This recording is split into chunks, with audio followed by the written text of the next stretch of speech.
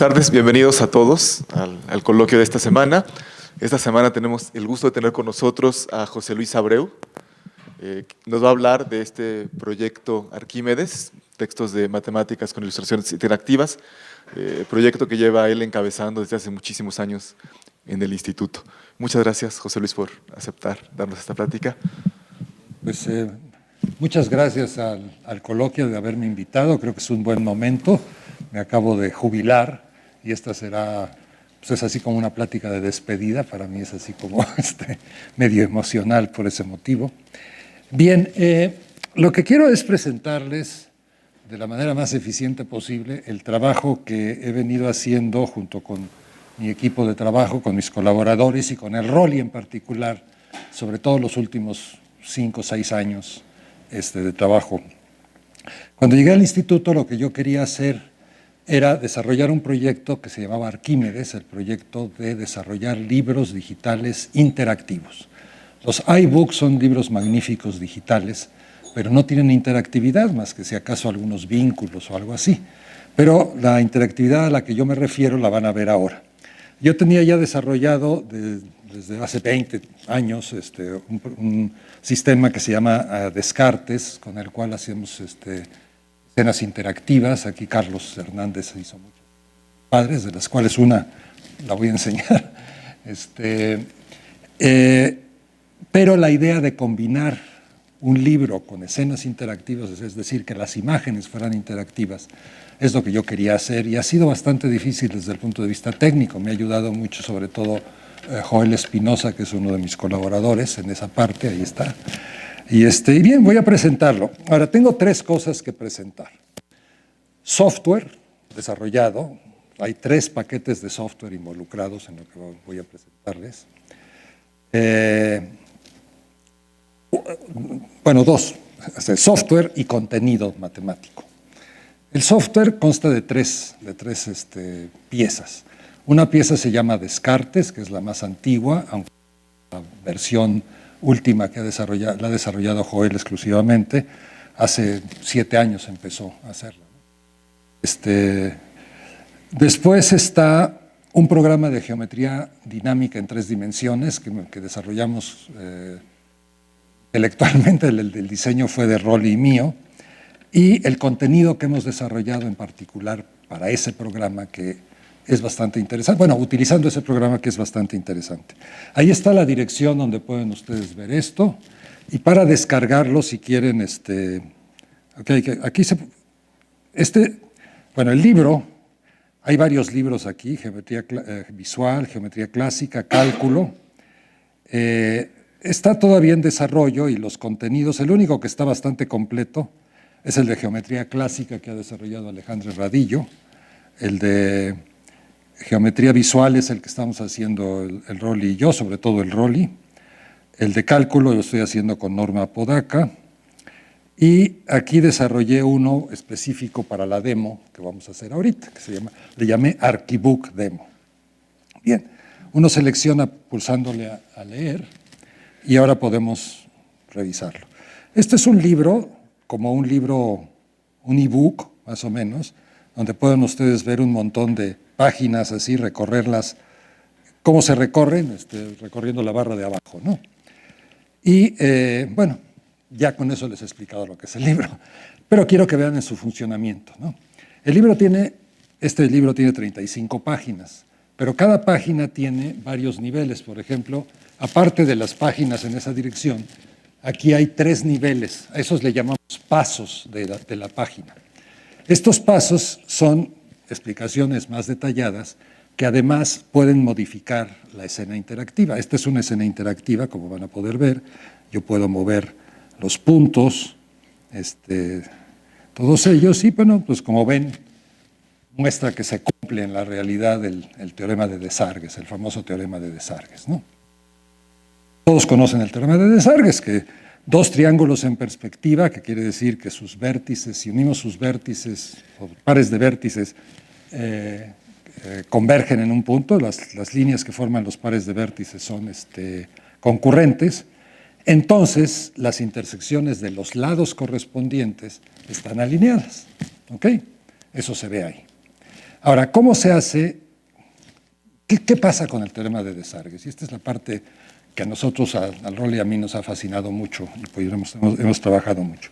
El teorema de Desargues resulta que para enunciarse solamente necesita hablar uno de puntos, rectas, ¿cómo se llama? Intersecciones de rectas y rectas que pasan por dos puntos. Es todo el lenguaje que uno necesita. Se puede enunciar el teorema, pero el teorema no se puede demostrar únicamente con esos elementos. Es totalmente indemostrable. Hay ejemplos de geometrías que satisfacen los axiomas normales de puntos y rectas en las que no se satisface el teorema de Desargues. Entonces, el hecho de que ¿de qué manera se demuestra? Pues a veces se toma como un axioma adicional, ¿no?, de la geometría. A veces se demuestra a partir de otro axioma muy fuerte, como el caso del teorema de Pascal, lo que se llama el teorema de Pascal, que muchas veces se toma como axioma también. Pero a nosotros nos gusta la demostración bonita, aquella que es, vamos a pasarlo a 3 dimensiones, ¿no? Resulta que si yo pico este botoncito, ahora veo esa construcción en 3 dimensiones. Resulta que estaba en 3 dimensiones y no me había yo dado cuenta, ¿verdad? Parecía un dibujo plano, pero era un dibujo tridimensional. Y en el dibujo tridimensional resulta que necesariamente los puntos X, Y, Z tienen que estar alineados porque tienen que estar tanto en el plano azul como en el plano rojo. Por lo tanto, tienen que estar en la intersección de los dos planos. Y la intersección de dos planos es una recta. Entonces, la demostración del teorema de Desargues es absolutamente trivial si lo vemos desde este punto de vista. Es posible, perfectamente, partir de una configuración plana, como esa, y hacer la demostración del teorema de Desargues haciendo un levantamiento a 3 dimensiones, es decir, haciendo una proyección de alguno de los triángulos a un plano por arriba, y efectivamente ver que efectivamente se tiene que cumplir. Esa demostración tiene una gran ventaja, es una demostración totalmente sintética. No necesita utilizar ninguna otra herramienta. Y esa es la geometría que hemos venido desarrollando, es una geometría sintética, que no necesita ni álgebra, ni nada, solo lógica y ciertos axiomas. ¿Qué axiomas? Son unos axiomas que yo llamo los axiomas de Rol. Aquí están enunciados, ahorita vamos a hablar de la superficie esa. Para construir esa superficie que ahorita vamos a estudiarla, bueno, de hecho mejor vamos a estudiarla. Ahí en esa superficie ustedes ven claramente lateralmente se ven como unas hipérbolas, ¿no? O como una hipérbola. Y si la movemos así, pues se ve como que hay elipses ahí adentro, ¿no? Y si lo vemos así, pues hay otras elipses, ¿no? O sea, si vemos cortes de esta superficie, hay esas cosas que llamamos erróneamente curvas cónicas, ¿sí? Ahorita digo por qué erróneamente. Resulta que esta superficie, tal como la ven, se puede construir perfectamente con solo estos 4 axiomas. Son axiomas del tipo de los de la geometría euclidiana más básica, pero todavía más básico. Por 2 puntos pasa una única línea recta. El segundo es que si 4 puntos están en un plano, digamos, bueno, a ver, lo voy a describir con toda precisión. Si hay 4 puntos A, B, C, D, y las rectas A, B y C, D, esta forma de denotar la recta es la recta generada por los puntos, es una forma de denotarla, si ustedes quieren, pueden evitar la V aquella. Esas 2 rectas, si esas 2 rectas se intersectan, entonces las rectas que podemos formar tomando los otros pares de puntos, apareando los puntos de otra manera, también se intersectan. Eso en el fondo lo que quiere decir es que los 4 puntos están en un plano. Pero es una manera más elegante de decirlo, porque incluye la geometría proyectiva sin tener que hablar del punto al infinito ni nada por el estilo. Bien, y hay otros 2 axiomas que son ambos de no trivialidad. El primer axioma de no trivialidad es que hay 2 líneas que no se intersectan, es decir, nuestra geometría va a ser por lo menos de 3 dimensiones. ¿Okay? Si hay 2 líneas que no se intersectan, tiene que ser de 3 dimensiones. Si me van a decir que son paralelas, no, esas sí se intersectan. Estamos en ese lenguaje. En el plano todas las líneas se intersectan. Y finalmente, que cada línea tiene al menos 3 puntos, porque hay geometrías, por ejemplo, un triángulo con sus lados, pues es una geometría que satisface eso, pero bueno, eso no satisface el tercero, pero un tetraedro lo satisfacería y no tiene la propiedad de que tiene que hay más de 2 puntos en una recta. Bien, con esos axiomas se puede, entre otras cosas, definir lo que es un plano. Un plano se define esencialmente como el conjunto de puntos que se pueden generar partiendo de 3 puntos, formando una recta por uno de ellos, tomando otro punto, las rectas que van de ese punto a los puntos de la recta, etc. Eso es lo que forma un plano. Y se puede demostrar, y el Rolli lo ha hecho con todo detalle partiendo de los axiomas, que los planos cumplen las propiedades que conocemos de que la intersección de 2 planos es una línea recta, etcétera, etcétera. Bueno, ahora, ¿cómo se genera esta superficie utilizando únicamente estos axiomas?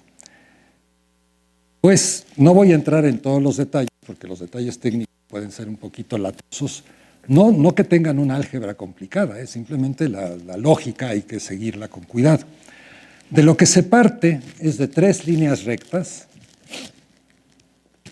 No, espérate, aquí, perdón, me equivoqué. De lo que se parte es de 3 líneas rectas. Las líneas azules que he dibujado ahí. ¿Ok? Son 3 líneas rectas que no se intersectan entre sí. Al tener 2 se puede tener una tercera, utilizando el axioma de no trivialidad. Con ello vamos a hacer una construcción que nosotros la aprendimos del libro de Hilbert de Geometría e Imaginación. Tomamos un punto X cualquiera en una de las líneas rectas. Y desde ahí trazamos el plano que pasa por X y por la segunda línea recta o por la tercera, por A3B3. Ese es un plano que tiene que intersectar a la otra línea. Entonces, esa intersección resulta que va a tener 3 puntos, o sea, la línea nueva que hemos trazado va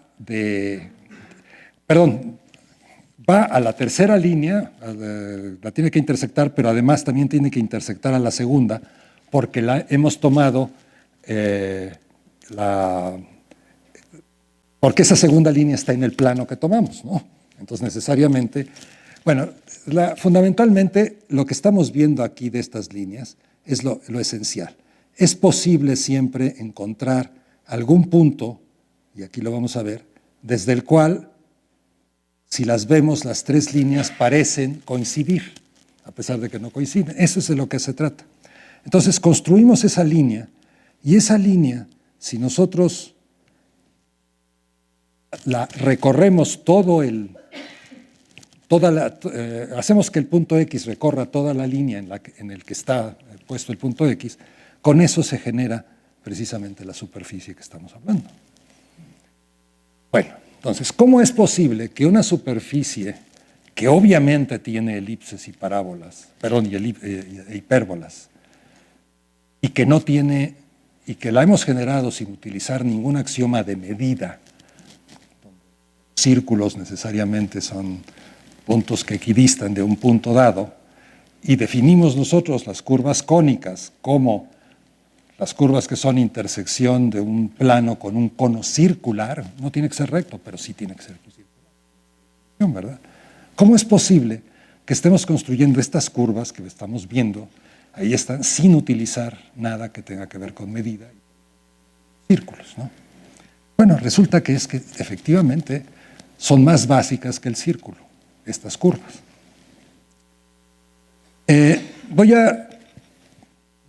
A partir de ahora me voy a ir un poquito más a prisa, porque si no, no voy a poder enseñar todo lo que quiero. Esta parte de la plática la debe dar el Rolli, porque se requiere muchísimo más detalle en este sentido. Pero vamos a ir a la parte más fundamental de todo esto, que es la siguiente. Si yo he construido ya la curva, la superficie roja que tenía yo en la página anterior, partiendo de 3 líneas azules, ahora puedo tomar 3 líneas de esa superficie roja y construir una nueva superficie, que la voy a llamar azul. Las líneas originales van a estar en esa superficie azul.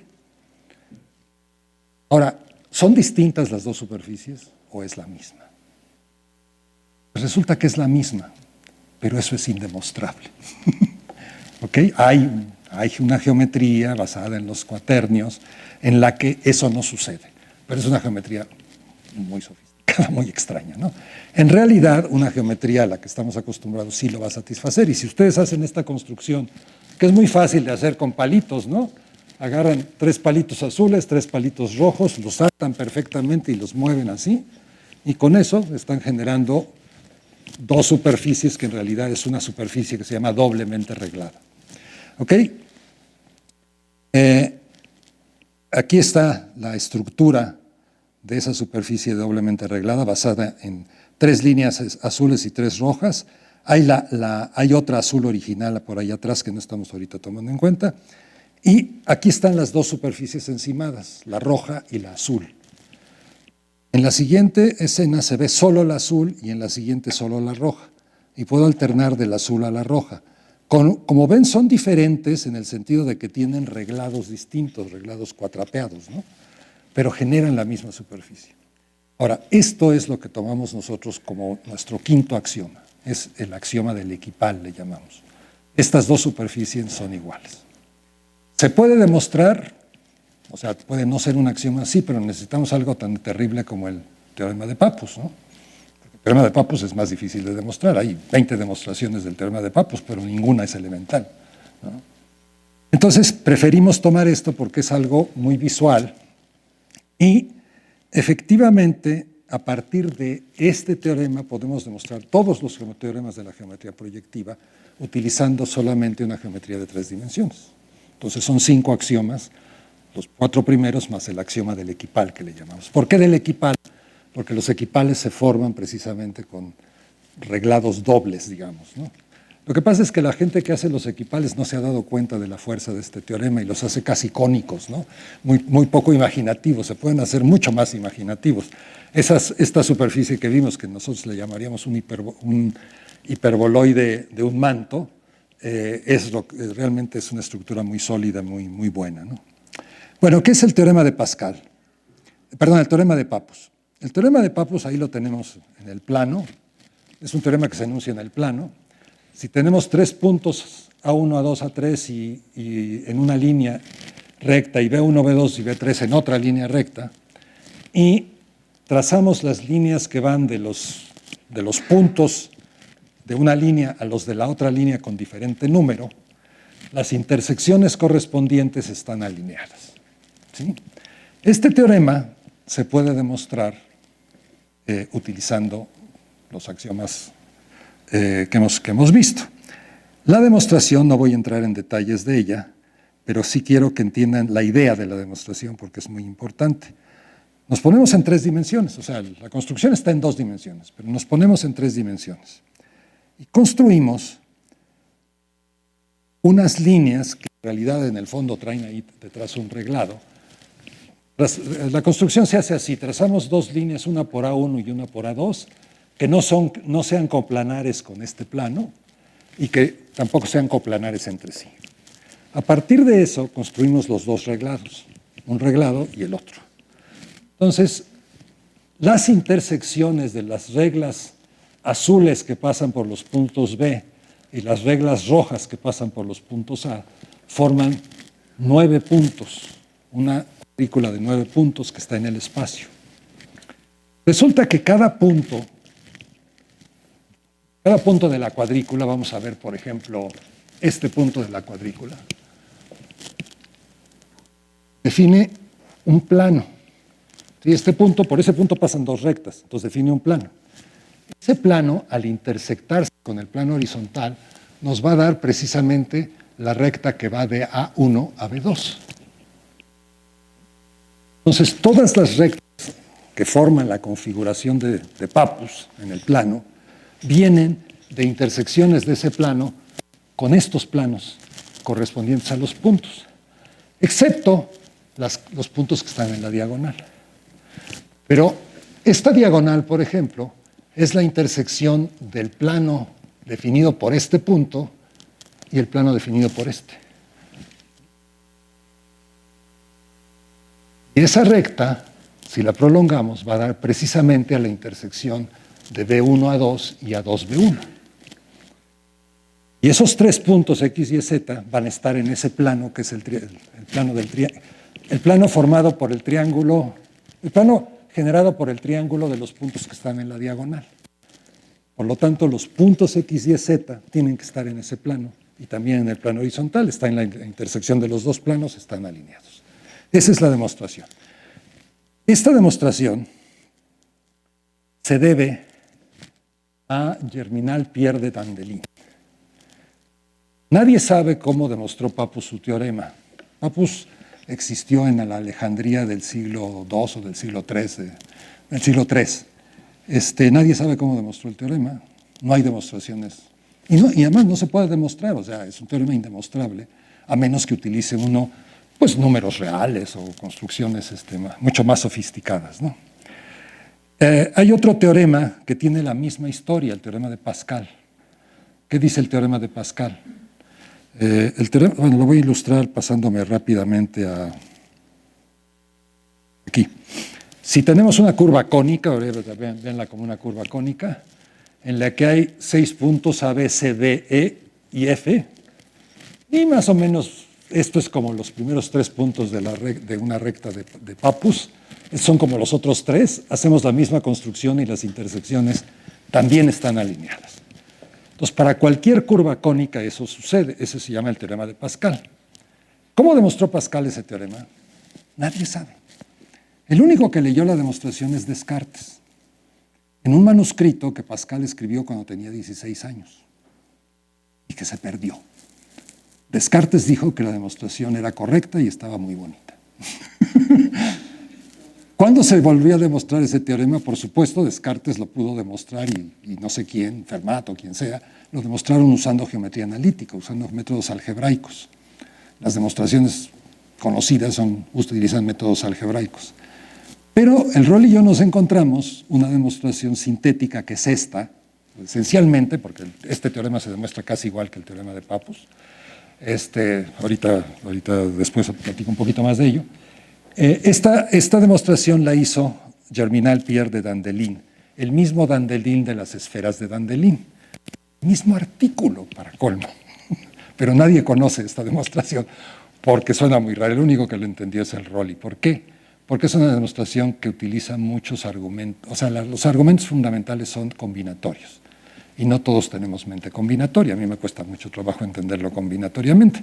Entonces, la motivación de yo entenderlo geométricamente, como ya vieron más o menos el teorema de Pappus, fue la que nos llevó a construir toda esta herramienta que hemos estado enseñando de geometría tridimensional, ¿no? Bien, una cosa más, muy rápidamente. Esta superficie doblemente arreglada que podemos construir a partir de 3 rectas, aquí, bueno, ahí la voy a dejar. Tiene una propiedad muy interesante adicional, y es la siguiente. Si tomamos un plano cualquiera que la corte, ese plano va a cortar a nuestras rectas originales azules en puntos A, B y C en un triángulo, que genera un plano, ¿no? O sea, bueno, el mismo plano que utilizamos para cortarla. El corte que esta superficie hace en ese plano es una curva, que ahorita ahí le diríamos que es una elipse, ¿verdad? Bueno, pero ¿cuál es la definición de elipse, no? Para nosotros es una curva que le vamos a llamar armónica. Ya verán por qué le llamamos armónica. Pero eso es lo que nosotros conocemos como curvas cónicas, estas intersecciones, ¿no? En cualquier plano vamos a obtener o una elipse o una hipérbola, ¿no? Y si nos ponemos muy duchos, por ahí vamos a conseguir una parábola y algún círculo, pero eso es muy difícil, ¿no? Bueno, ahora, ese plano, aquí hay una cosa muy interesante. Estos puntos podrían ser cualesquiera puntos de la curva, y por cada punto pasa una regla azul y una roja. Si tomamos 3 puntos, tenemos 2 pares de reglas azules y rojas. Esos son 2 planos. O sea, son tres pares de reglas azules y rojas. Uno por A, una por B y uno por C. Esos tres planos se intersectan en un punto. Bueno, desde ese punto, todas las rectas que van a la curva son tangentes a la superficie. No es muy difícil de demostrar, esto ya lo tiene el Rolly súper demostrado. Resulta que todo plano tiene su punto polar respecto a la superficie, ese se llamaría el punto polar. El punto polar es el punto desde el cual se pueden trazar las tangentes a la... Perdón. Sí que... no voy a definir polaridad porque me estoy haciendo líos. Bueno, el punto polar es ese. O sea, si yo este plano lo cambio, el mismo punto polar va a cambiar, ¿no? Por supuesto. Pero siempre lo que tengo ahí es dos tangencias muy importantes. La tangencia entre la curva y el cono. ¿Sí? Y bueno, hay otras tangencias importantes que son, si tomamos los planos tangentes, que son los que se van a generar con las dos, con la recta azul y la recta roja, y tomamos la intersección de ese plano con el plano original ABC, ahí vamos a tener una recta que va a ser tangente a la curva en ese punto. Entonces, eso nos va a dar la curva cónica, o la curva armónica, que llamamos nosotros, y su haz tangente, todas las tangentes. Bien. Hacemos una pequeña interrupción de eso. Hay una cosa que todos los que estudiamos matemáticas, los de los que estudiaron física en épocas antiguas, estudiaron en geometría moderna, que se llama armónicos, ¿no? Las cuartetas armónicas. Resulta que las cuartetas armónicas, a todos los que las recordamos, nos parecían terribles porque nos teníamos que acordar de unas relaciones numéricas entre las distancias, ¿no? Resulta que hay una manera mucho más sintética de ver esto. Vamos a hacer una construcción, la voy a hacer con todo detalle. Dados dos puntos A y B, y un punto en la recta generada por AB, yo voy a hacer la siguiente construcción. Voy a tomar un punto O cualquiera, fuera de la recta, y un punto P en la recta OX, pero distinto de X y distinto de P. Perdón, distinto de O. Y a partir de eso, la construcción que voy a hacer ya está dada. Tengo 3 grados de libertad. La O se puede mover en el plano, o si ustedes quieren en el espacio, ¿no? Y la P se puede mover a lo largo de una línea. Pero la construcción a partir de ese momento son trazar las rectas que aún no están trazadas. Eso nos da 2 nuevos puntos y esos 2 nuevos puntos nos permiten trazar una nueva recta. Y, por lo tanto, un nuevo punto, que es el punto Y, que es la intersección AB con esa recta QR. Ese punto, ¿cómo se comporta si yo cambio O o si cambio P? Pues resulta que si cambio P, no cambia. Y si cambio O, tampoco. A ver, esto a mí me pareció maravilloso. Cuando me lo enseñó el Rolly dije, es que no puede ser, esto está de poca madre, ¿no? ¿Qué es lo que tenemos? Tenemos una manera de definir una función de la recta en la recta que manda al punto X en el punto Y y que miren qué propiedades tan bonitas tiene. Del otro lado. Y cuando pasamos por la mitad parece que la recta que tenemos acá abajo es como paralela, ¿verdad? Porque tiene que pasar del punto de un lado a otro, ¿sí? Y además esta construcción no depende de eso. ¿Por qué no depende? Eso no lo podemos demostrar en el plano. Pero en el espacio es muy fácil. Veamos la demostración en el espacio. A esto le llamamos el teorema armónico. Tenemos 2 construcciones. Una en el plano rojo, utilizando los puntos O y P, arbitrarios. Bueno, solo que P tiene que estar en la línea OX. Y acá otra construcción con O', P', también alineado. Bueno, resulta que si tomamos los puntos O O', perdón, sí, la recta OP y la recta O'P' se intersectan en X. Usamos nuestro segundo axioma. Entonces, las otras dos rectas que podemos formar, bueno, dos de las otras rectas que podemos formar, que son PP' y O'O', también se tienen que intersectar. ¿En qué se intersectan? Pues en ese punto B de allá arriba, ¿no? Y eso va a pasar aunque yo mueva esto. Digo, esto es totalmente general, ¿no? Yo puedo mover ese punto, puedo mover este, y siempre tengo un punto de intersección. Y resulta que si desde ese punto de intersección yo proyecto la construcción azul sobre el plano rojo, me va a dar exactamente la construcción del plano rojo. Entonces resulta, otra aplicación del mismo axioma, que los puntos, que las rectas, aquí ya no tengo nombres de los puntos, pero esta recta y esta recta, esta y esta se intersectan en B. Por lo tanto, esta recta y esta están en el mismo, no, ¿cuál es? Espérate, esta y esta están en el mismo plano y por lo tanto se van a intersectar en un punto Y. Pero ese punto Y precisamente tiene que estar en ese mismo lugar, aunque yo mueva la O', ¿verdad? ¿Por qué? Porque es la intersección de ese plano que acabo de construir con el plano rojo y ese no cambia. Entonces, necesariamente el punto Y, que es el armónico conjugado de X con respecto a B, ahora le podemos llamar así, efectivamente está bien definido, no importa en qué punto O hayamos tomado en todo el espacio, etcétera, ¿no? Entonces, lo que es una cuarteta armónica queda perfectamente definido y este es el teorema armónico y sale de los axiomas mencionados. Bien. Esas armonías son increíblemente poderosas.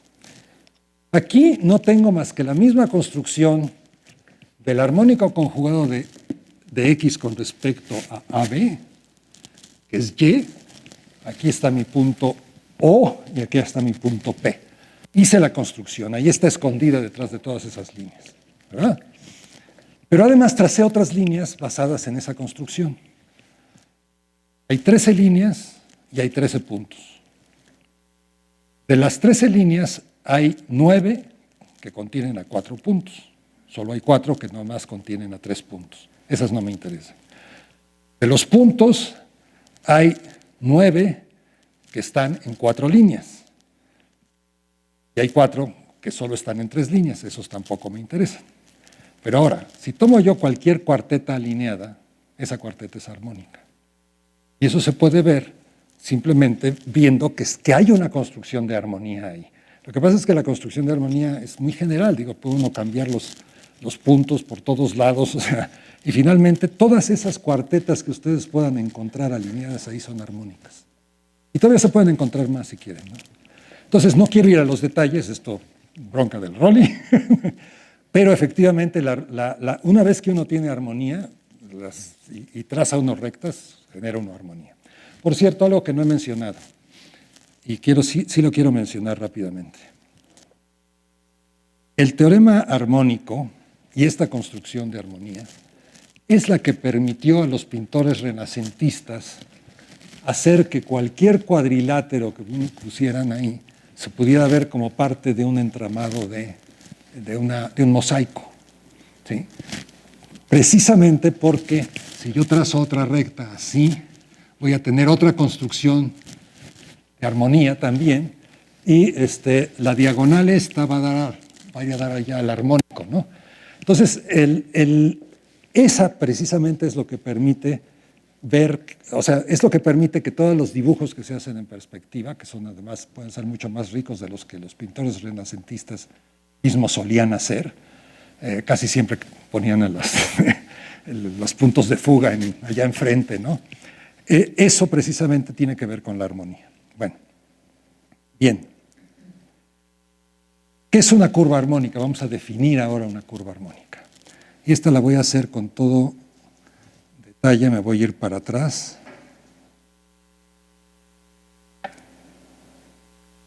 Yo parto de 3 puntos ABC que van a estar en una curva, voy a definir una curva que va a pasar por A, B y C, y que va a ser tal que la recta TA y la recta TB son tangentes. Por cierto, el concepto de tangencia aquí es el concepto clásico, no tiene que ver con la derivada. El concepto de tangencia aquí es un concepto geométrico y que solamente es válido para curvas armónicas, ¿no? A fin de cuentas. Pero bueno, vamos a construir la curva armónica que pasa por ahí. ¿Cómo la construimos? Pues la construimos por armonía. Hago esto, tomo un punto X en la línea AB, trazo la línea TX, eso me da dos intersecciones, P y Q, y completo lo que es una especie de construcción de armonía ahí. Y ese punto D, cuando yo muevo X, pasa por A, por B y por C.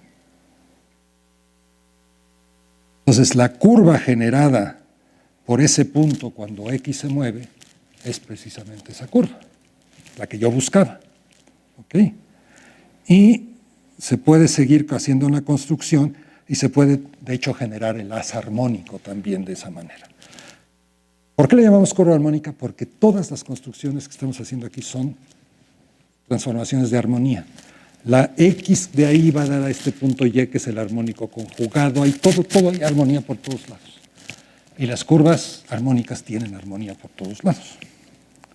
Bien.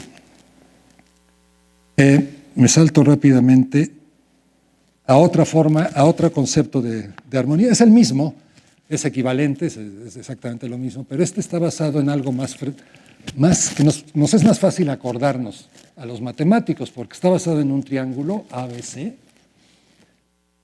y en lo que llamamos una configuración de Cheva.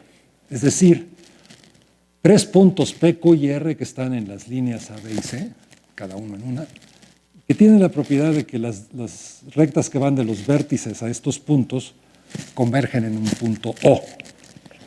Bueno, con eso se puede hacer una curva armónica que es tangente a las 3 rectas. Y si yo muevo el punto O, esa curva armónica nos va a dar un montón de curvas, pero siempre tangentes a todas. ¿Ok? Y además,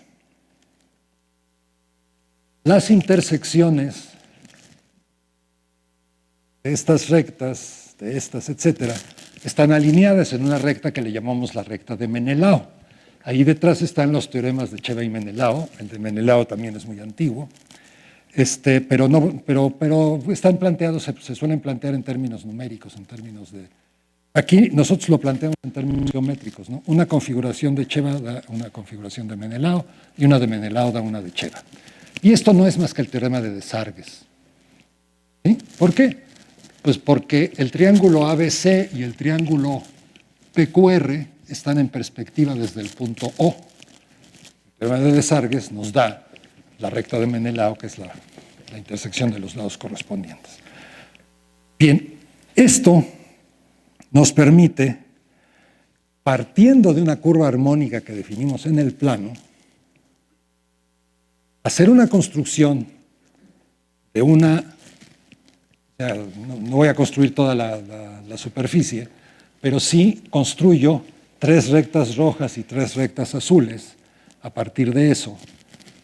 ¿Qué es lo que hago? Tengo una ¿cómo se llama? Una configuración de Cheva en el plano. Tomo un punto V fuera del plano. Trazo la recta que va de V a A. Y tomo un punto cualquiera A1. ¿Sí? Desde ese punto A1 trazo una recta a R.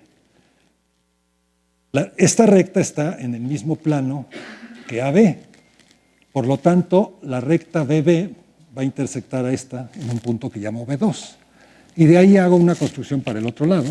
Chon, chon, chon, chon, chon. Y la sexta va a dar precisamente al punto A1. ¿Por qué? El teorema de Metacheva y Menelao, por lo que acabamos de ver. Resulta, de hecho, que los planos, estos 3 planos, A1, B1, C1, A2, B2, C2 y AB, se intersectan todos en la recta de Menelao. Ahora, ¿eso qué me permite?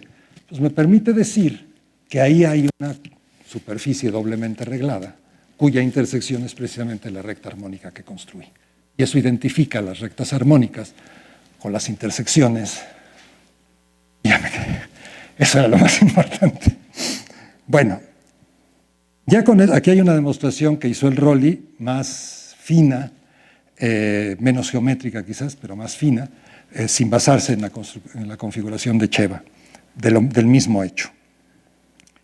Y bueno, ya ahorita me voy a saltar un poquito para poder ver otras cosas. Hay varias construcciones. Aquí hay una construcción muy bonita de cómo hacer una recta, una curva armónica que pasa por 5 puntos. Ustedes saben que dados 5 puntos determinan a una cónica, ¿verdad? Bueno, pues sí, efectivamente, dados 5 puntos determinan a una curva armónica. Aquí está la demostración, no voy a entrar ya en los detalles. Aquí se puede ver cómo se hace la demostración. También se puede definir lo que es la polar de un punto. ¿Qué se hace? Se toman rectas, 2 rectas cualesquiera que pasen por el punto y que corten a la curva. Tomo los puntos de intersección y tomo el armónico conjugado del punto P respecto a estas intersecciones. Me dan un punto y en la otra me da otro punto. Eso me determina una recta y eso es lo que se llama la recta polar. Los que la hayan visto eso en geometría euclidiana, pues lo van a ver, ¿no?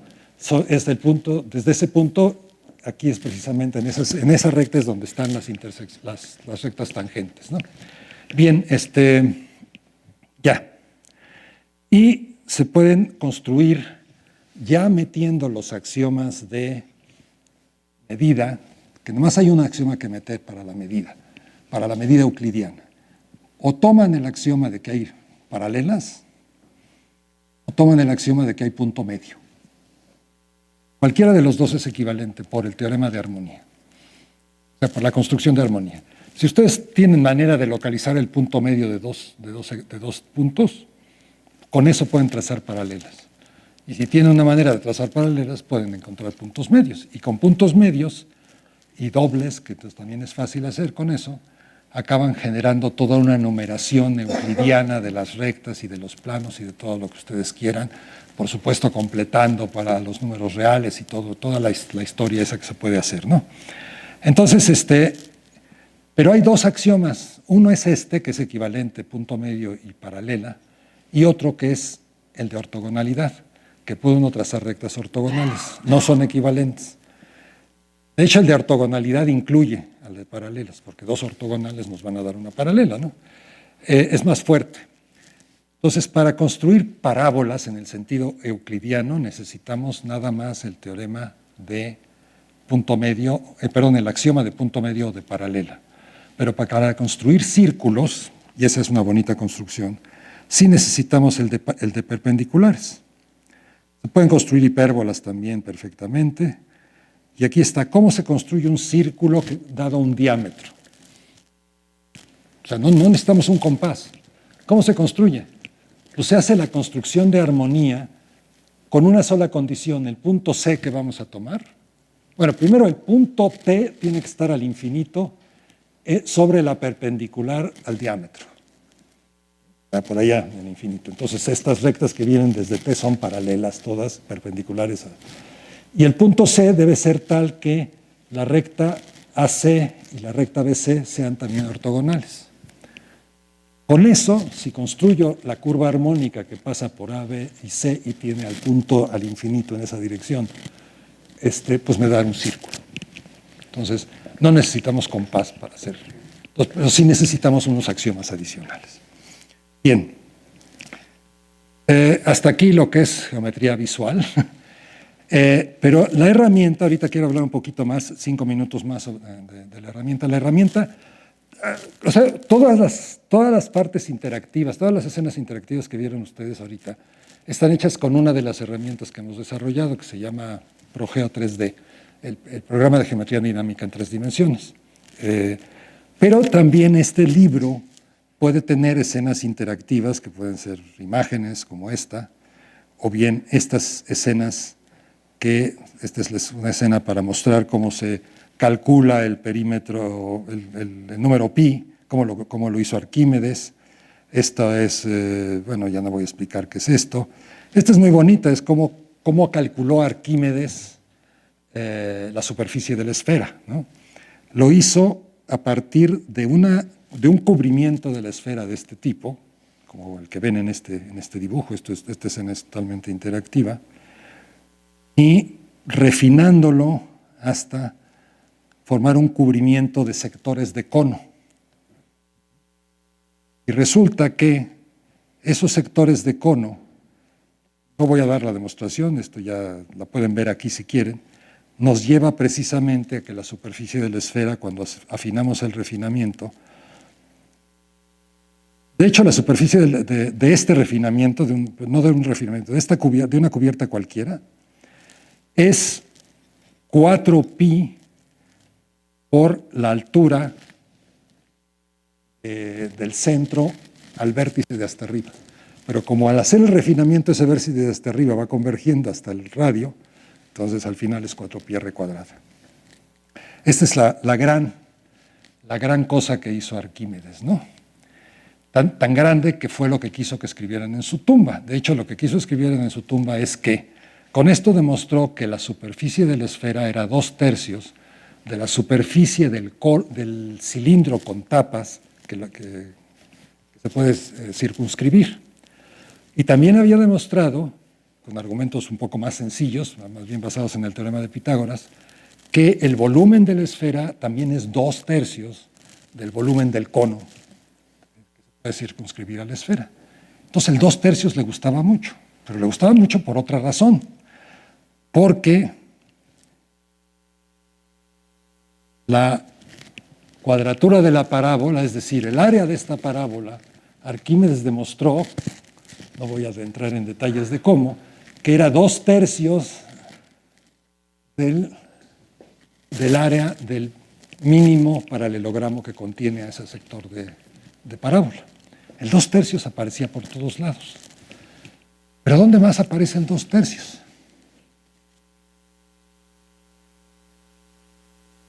2/3 es el armónico conjugado del 2 en el intervalo 0,1. En una cuerda de guitarra, si esta estuviera, por ejemplo, aquí estuviera un do, y yo acorto la cuerda a 2/3, ¿qué me da? Me da un sol, me da la quinta. Si sepan algo de música, saben que con quintas de quintas, o sea, si sigo haciendo quintas, pues luego paso de un sol a un re, de un re a un la, de un re a un la, del la al mi, etcétera, etcétera, y recorro las 12 notas de la escala bien temperada hasta volver a llegar al do. ¿Sí? Claro, en distintas octavas, van subiendo, ¿no? Pero todo eso que nos han dicho siempre de que la música y las matemáticas están relacionadas, no es más que esto es lo que es el fondo de todo el asunto, ¿no? La música está formada por intervalos de quinta, que en realidad son de 2/3, en cuerdas, ¿no?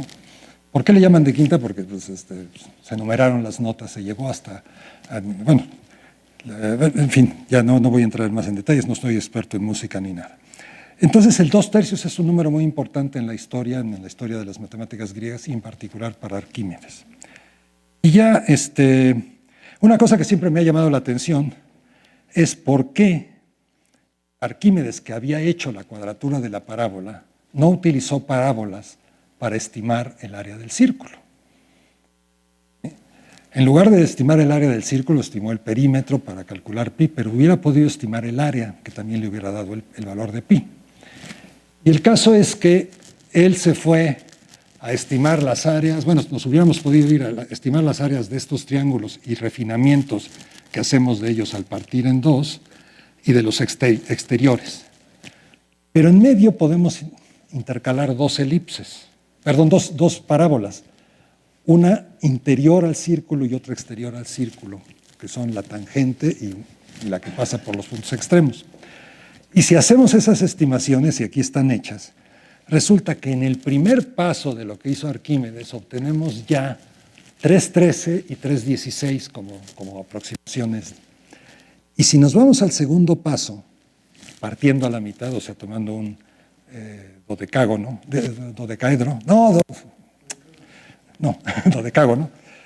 ya obtenemos 1.14 y 1.43, que es 3.14.1 y 3.43, que ya es mejor que la aproximación de Arquímedes para 4 pasos. Y si nos vamos hasta el 4.º paso, obtenemos, y esto lo hubiera tenido a tener Arquímedes en su mano, hubiera tenido de 5 a 6 decimales de precisión. Solamente si hubiera utilizado la cuadratura de la parábola. ¿Por qué no la utilizó? Creo que porque la demostró después de hacer su trabajo de pi. O bueno, a lo mejor se le ocurrió y no. Es lo que estaba haciendo cuando lo mataron, ¿no? Igual. Bien, pues ya para terminar, este es el trabajo, esta serie de pi, es trabajo de Newton. Basándose en esa misma idea, pero en lugar de aproximar por una parábola, si aproximamos por los polinomios de Taylor. Tengo que enseñar lo que hizo. Vamos a tomar este caso. Vamos a ver cómo aproximan los polinomios de Taylor a la función seno. El primero es una función lineal. El segundo también es la función lineal. El tercero ya es una función cúbica. El cuarto también, bueno, solamente los nones van a dar. Pero si vamos aproximando así, resulta que la aproximación es muy, muy buena, pero de repente truena, ¿no? Eso es lo que se llama convergencia uniforme en compactos. Esta escena yo se la vi primero a Carlos Hernández, me encantó, la hizo en Descartes, que es con lo que están hechas estas escenas. Y utilizando eso precisamente, Newton aproximó esta parte de la curva del círculo con polinomios de Taylor y obtuvo que pi era igual a esta serie. Aquí está hecha la demostración, si ustedes la quieren ver, aquí está, como lo hizo Newton. Esta serie tiene una gran ventaja, aunque necesitas 20 términos para llegar a 16, decimales. La ventaja que tiene es que es una serie de términos positivos racionales, que es muy fácil de calcular, porque aunque parezca complicado, hay una forma de ir calculando los coeficientes recursivamente que es muy sencilla. El siguiente coeficiente es el anterior multiplicado por una fracción muy sencilla, ¿no? Y además es posible, en lugar de hacer esto otro, que es también hacer refinamientos, y entonces sí que con 4 refinamientos llegamos a tener 12 decimales de pi. No 12, 14, perdón, decimales de pi. Pues bueno, yo soy como muy fan de pi, ¿no? Y ya, hay otras escenas que se pueden hacer, por ejemplo, esto es una forma de demostrar las distintas formas de aproximar una función, o la integral de una función, y en particular pues, la famosa regla de Simpson que converge rapidísimamente, ¿no? En muy pocos pasos ya se ve que converge. Otra escena aquí, pues es que me gusta mucho hacer este tipo de escenas, que son escenas probabilísticas. Esta es la distribución binomial. Esta es una corrida de 100 ensayos de la distribución binomial. Ahí están los coeficientes binomiales para el caso de, bueno, vamos a ponerlo para 7 pasos, por ejemplo, bueno, para 6 pasos. Y esas son las distribuciones que se obtienen en una simulación de 100 pasos. Y si hacemos unos 10.000 pasos, pues entonces ya se parece mucho a la distribución final, ¿no? La campana de Gauss y la campana ajustada coinciden. Y bueno, ya y finalmente, una cosa que me hubiera gustado enseñarles, pero ya no hay tiempo, porque me faltan 2 minutos para terminar, es esto que es una de las cosas más bonitas que he logrado hacer en mi vida. Y es dado, o sea, de manera exclusivamente geométrica, encontrar el movimiento planetario. El movimiento planetario lo enseñan de una manera horrible a los pobres alumnos de primer año de la facultad. Lo enseñan usando una ecuación diferencial, que por cierto no la descubrió Newton, sino Bernoulli, 50 años después de que Newton había hecho su trabajo. Es una cosa bien importante. En mi opinión, porque hay una controversia muy grande, es que Newton, sobre el movimiento planetario, lo que hizo fue demostrar que si los planetas seguían sus leyes del movimiento, sus leyes de mecánica, y seguían las leyes de Kepler, entonces necesariamente la fuerza de atracción tendría que ser del inverso cuadrado de las distancias, o sea, la ley de la gravitación universal. Pero no demostró el inverso, que es decir, que si un cuerpo está siendo atraído por otro desde un punto por una ley del cuadrado inverso, entonces las trayectorias son cónicas o elipses. Eso lo demostró Bernoulli 50 años después, y Newton se enojó porque dijo, yo ya lo demostré.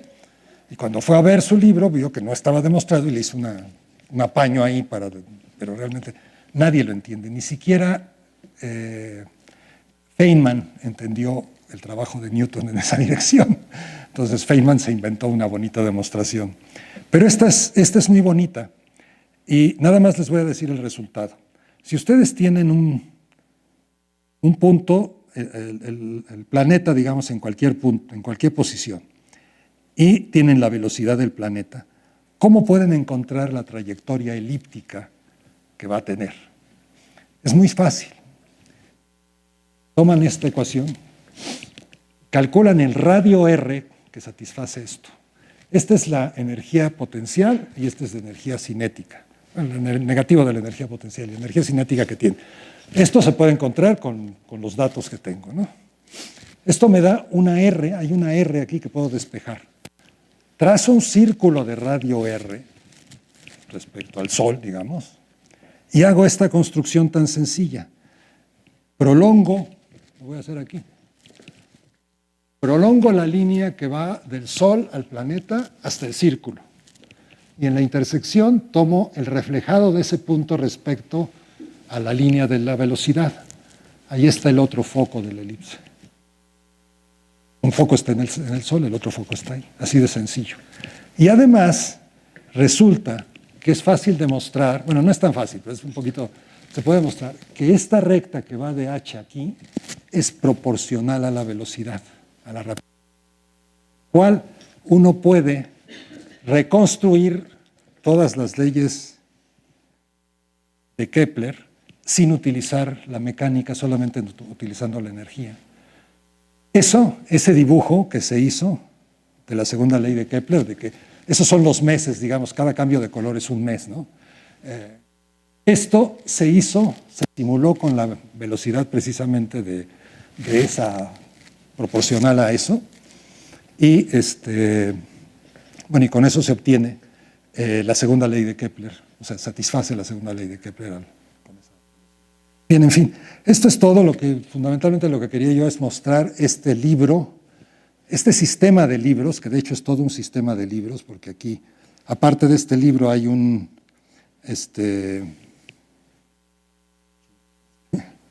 perdón.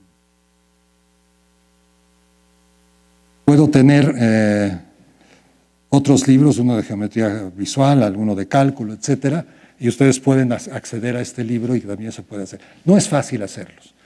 Requiere mucho trabajo, tanto la escritura, porque tiene uno que escribir pasos de una demostración, distintos niveles, y las escenas interactivas no son fáciles de hacer, pero tenemos todas las herramientas para hacerlo. Todas las herramientas las desarrollamos nosotros, es de lo que estamos orgullosos, no usamos más que JavaScript, ¿verdad? Y además el Rolly está haciendo un libro más fregón, porque ustedes vieron las fórmulas, algunas fórmulas matemáticas y todo. Aquí estas son propias de Descartes, que es un sistema muy parecido al TEG que inventó Joel. No es tan bonito como el TEG finalmente, pero el Rolly está haciendo un libro que se va a ver en TEG, pero que va a tener también escenas interactivas, utilizando la tecnología de Joel y de Pablo. Bueno, pues eso es esencialmente lo que quería yo ya. Comentario, pregunta.